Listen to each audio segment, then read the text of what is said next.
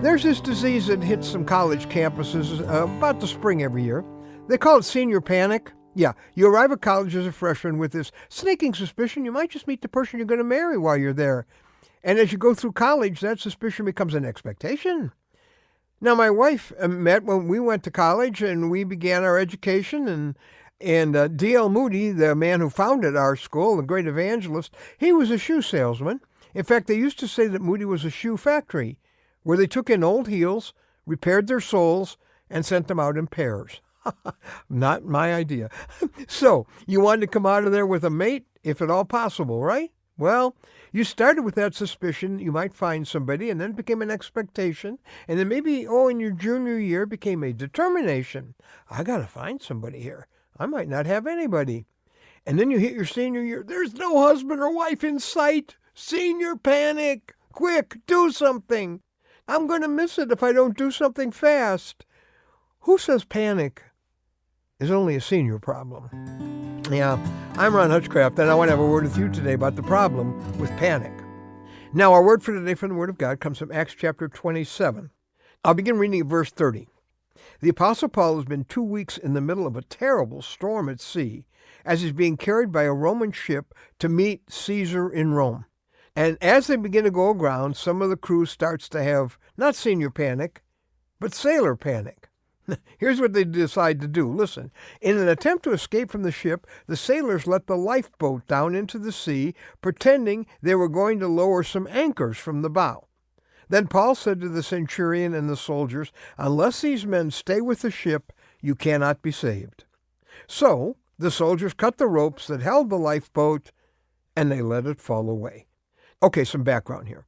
The Apostle Paul had gotten assurance from the Lord in the middle of the storm that though the ship would go aground, the people would be saved. In fact, earlier in the chapter, here's the message he conveys. Do not be afraid.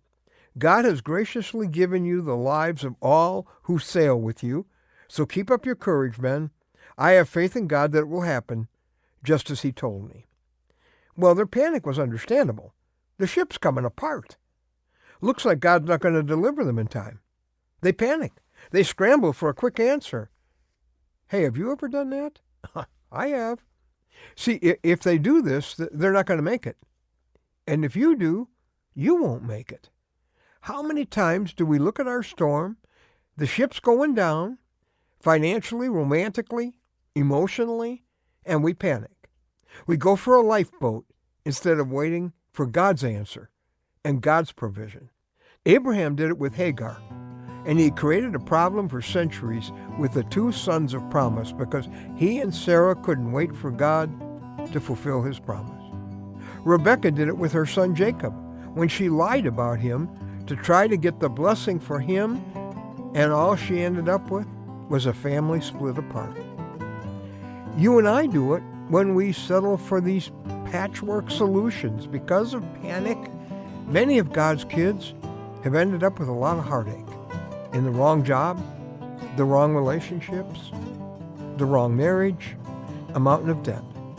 The greatest enemy of God's best may be impatience.